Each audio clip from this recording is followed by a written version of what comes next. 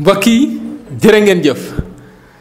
ñu am mbégte ak bànneex bu rëy ànd ak yenn ci seen site la teranga point info ak la teranga TV ci YouTube tey jii ñuy dikk ci dialogue bi ñu woote jëm ci mbiri politique fii ci mim réew di Sénégal dialogue boobule ñu woote commentaire yi bari ci waaye ku ne ak ni nga koy gisee waaye ku ne ak ni nga ko jàppee tey jii ñi wax ci dialogue bi ak absence su ñenn ci géew politique bi ak taxawaayu opposition bi di PDS di Pastef ak yeneen i parti yoo xam ne ñi ngi ci kujje gi mais danoo dugal bopp ba pare rocci làmmiñ maanaam bokk nan bokkuñu dialogue bi nag ke dialogue bu intérêt la ci sama xalaat pourquoi ma ne dialogue bu intérêt la mooy bu doon ni réew mi rek moom moo ko tax a jóg pour man bi ñuy dialogue dinañ ko jaare neneen waaye te dinañ ko defee neneen parce que le 28 mai la ñu tànn 28 mai bu ñu ko waxee dafa amoon benn 28 mai bu amoon 2016 bi ñuy wax naan dañuy dem ci référendum bi weesu ñu dem dialogue te ñu bari dañuy mel ne dañuy fàtte ni dialogue bi ñu doon jàpp 28 mai mënoon nañ ko def avant référendum yi parce que point yi ñu décor loon ci référendum bi bari na mais danoo dem le 20 mars Macky Sall dem référendum gagné ko bi mu ko gagné ba pare defar constitution bu bees teg ko li mu bëgg ci réew mi yépp mu lal ko ba pare ne kale ñu dialogue yóbbu leen 20 mai 28 mai boobu mujjul fenn parce que biñ ci jugee dañ na woon at bi ci topp dañuy def anniversaire chaque année 28 mai journée dialogue national mais journée dialogue national boobu amul dem na ci sax ba ñuy far ci nguur gi des fois damay dégg ñuy tooñ ak opposition naan président dafa fàtte woon ni sax moom moo waxoon ni le 28 mai anniversaire kon li ñu wax ni kon amuloon benn sérieux ci biir naan dañuy dialogue ñu dem ci diggante bi élection présidentielle Macky Sall gagné ko li jëm ci wàllu parrainage concertation yu ñu woote woon xam ne ñu bari dañuy umpale ñaar concertation ak dialogue du benn yi ñu woote woon ngir xool li jëm ci anam bi ñuy wootee ci même réew du Sénégal ci leen ni woon dañuy dugal rationalisation des partis politiques nan lay defalee ba yemale partis politiques yi ngir liñ jëlaat ci législative yi bañ ñoo dal déedéet defuñu loolu liñ def c'est clair mooy danoo dem wax rationalisation ba ci biir ñu indi parrainage moo tax parrainage ñu bari ci géew politique bi ñu ci dem xamuñu ko mais aussi da leen a bett parce que doonul woon loo xam ne dañ ko waxtaanee. loolu nag posé un problème ñeel mbiri dialogue national bi mu mel ne saa su ne nguur gi bu ko arrangé la koy def tey jii beneen point boo xam ne tey jii gis nañ ko ci dialogue bi ni nguur gi heure bu ko arrangé rek lay dem dialogue mooy dem nañ fi présidentielle mu gagné ko naam ñu bëri ànd woon ci parrainage mais teewul forcé na ko ba jàllale parrainage te waxtaanu ci waxtaan bu tax ñu naan parrainage li lay wan ni dafa amoon problème mooy. nguur gi sax arrangé wu leen woon parce que indi na problème ci seen biir ba ci opposition bi comme li ma waxoon rek parrainage mooy une démocratie en mode éliminatoire mos naa def chronique bu mel noonu tey jii ñu dikkaat ba ci tey jii ñu ne dañuy demaat dialogue mais tey jii dialogue boobu ñu jëm premier ministre bi ñuy wax naan dañu koy dindi fii ci réew di Sénégal mais bu doon ni avant ñu koy dindi dañ ko waxtaanee ci dialogue teg ko géew politique bi yëpp waxtaanee ko. man li daan sax Macky Sall boolewu ko ci programme campagne am man loolu defuma problème parce que aussi bu ko boolewul ci programme am loolu c'est évident loolu mën nañ ko comprendre parce que nag yu bari laxasu na ci boo ko ci boole woon sa parti mën naa tas te kenn du dem nag ci guerre ngannaay yi nga koy wàññi. kon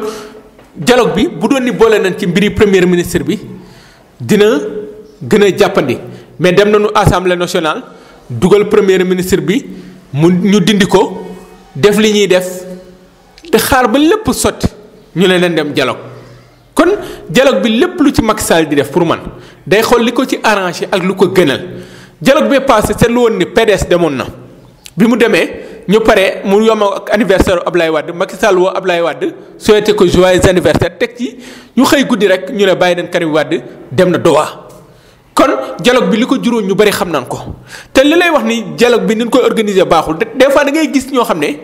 dañuy bokk ci yenn ci dialogue defoon nañ fi concertation jëm ci mbiri pétrole bi mais ban fa taxawee ñi fa waxu pétrole bariwul ay communicateurs traditionnels ay sëriñ ay lii alors que dans un pays république bu ñu ci nekkee ñëpp ci leen de démocratie mais daf ci am loo xam ne de avis d'expert lay doon maanaam dañuy woo borom xam-xam yi ne nañ ci waxtaan. mais pour ko wooyee def ko benn genre Mumbai gars yi ñëw toog fii tàcc fii président wax fii géwél tag ko fii opposition bi taxaw fii de gauche nga xool ni tey ji concertation waxoon nañ ko jëm ci mbiri enseignement supérieur wax ci wàllu éducation mais yooyu yëpp fan lay mujj du mujj fenn kon Sénégal su ñuy waxtaan ñun bu ñuy waxtaan rek dañuy waxtaan parce que circonstance moo waral ñuy waxtaan mais waxtaan bi sérieux ak fulla bi koy lal dëgg-dëgg du am da ngay xool PDS ci dialogue bu njëkk ba malgré tout boobu Karim Wade mi ngi ci kaso bi PDS bokkoon na lu tax tey jii ñu ne ñoom bokkuñu kon dañ ci gisul seen intérêt wala terme yi ñu teg ne dañuy dem ci dialogue ñoom ànduñu ci mais ci PDS da ngay xool ni tey jii ñoom li ñuy xaar yépp mooy Karim Wade nan lay def ba am amnistie nan lay def ba delluwaat ci réew mi ñoom point boobu lañ bëgg ñu dugal ko ci dialogue te tey jii loolu dal na xel loolu mën nañ ci ànd comme ni ñu waxee ni ne Khalifa Sall génn mais gars yi Khalifa Sall ku mel ne Barthélémy Dias am na fulla am na fayda ci ni moom du dem di dialogue di waxtaanee ci loo xam ne tey jii ci terme de référence yi mbiri Khalifa Sall bokku ci parce que nag ñoom mënuñu wax ba dugal Khalifa Sall ci kaso bi xëy di waxtaanee jëkk président Macky Sall ci président boo xam ne tey jii lépp lu mu jàpp tey jii waxtaanee ko ay nit bu xëyee dem defi lu ko neex c'est-à-dire que waxtaanu ak président Macky Sall ak ñi mu àndal loolay seen problème maanaam li leen neex kenn mënul tee ñu def leen ko opposition tey jii li PDS di laaj gars yi Khalifa Sall di ko laaj mais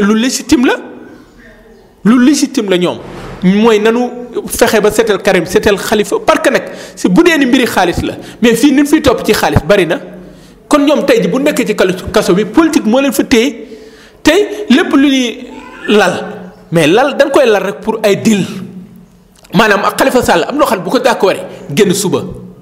Karim daa am loo xam bu ko d'accord ñibbi si suba mais mënuñu ko dem nekk ci ab réew lépp ñu koy lal ci baare yi ko lépp ñu koy lal ci ay dil lépp ñu koy lal rek ci ndoddu askan wi beneen bi ci topp ñi dem fekk ji kii di président Macky Sall wala ñu dem fekk ci Aly Ngouille Ndiaye mun na leen ko nangul parce que li naan intérêt bi may wax ci dialogue bi mi ngi ci ku mel ne parti réew mi tey bu demee tey bokk ci dialogue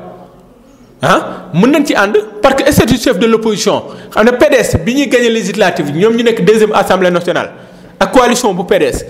kenn waxul woon loolu te pourtant boobu bu doon ni rek ci référendum bi jëfe na li ñu waxoon PDS mooy nekk chef de l'opposition foofu ci ñoom lay génn tey jii dem nañ ci diggante bi présidentielle Idriss Seck jël deuxième y a problème léegi kan mooy nekk chef entre PDS ak kii alors que waa réew mi tey ñoom duñu baal PDS le fait que jàppale wu leen ci élection présidentielle parce que dañoo jàpp ni ñoom opposition bi kii di PDS moo leen suxlu ban ñàkk kon tey PDS boobu du moo leen di influencer ñoom pour ñu bañ a bokk ci dialogue parce que ñoom wóolootuñ PDS parce que ñoom dañuy jàpp ni à chaque fois PDS li muy def am na lu mu lal ci suuf am na loo xam ne tey ji PDS mi ngi koy teg ci suuf kon ñoom dofuñu am na li ñuy bàyyi xel mënuñu wóolu PDS à 100% ni parce que ni PDS doxalee ci élection présidentielle ak soppeeku yi Ablaye Wade doon soppeeku tey jii moom moo indi lii mais gars yi Khalifa Sall yi tamit logique bu ñu ne mën nañ ko comprendre naam sax ñoom am na ñu xaaj seen biir parce que am na ñu ne nan dem waxtaanee ji ko parce que politique de la chaise vide ñoom mënuñu ci ànd kon mën nañ wax ni ñoom foofu danoo jouer double jeu ku ci mel ne Barthélémy ak ñeneen ñi danoo dem toog teg seen condition.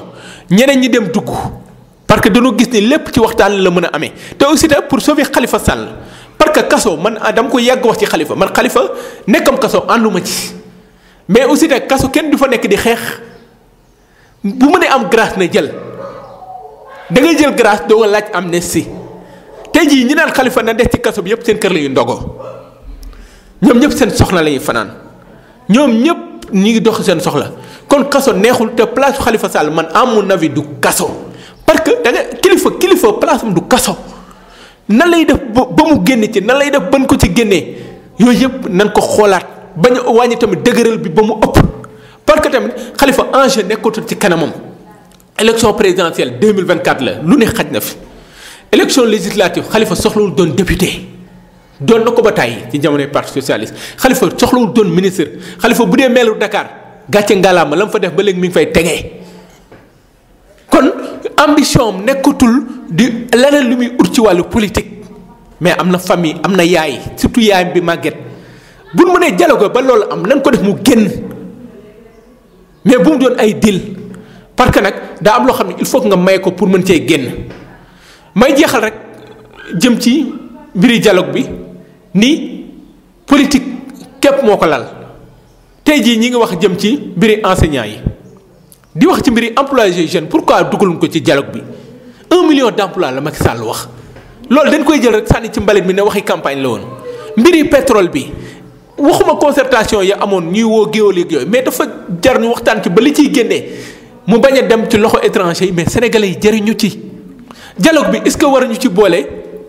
mbiri Macky Sall nee na du yokk benn salaire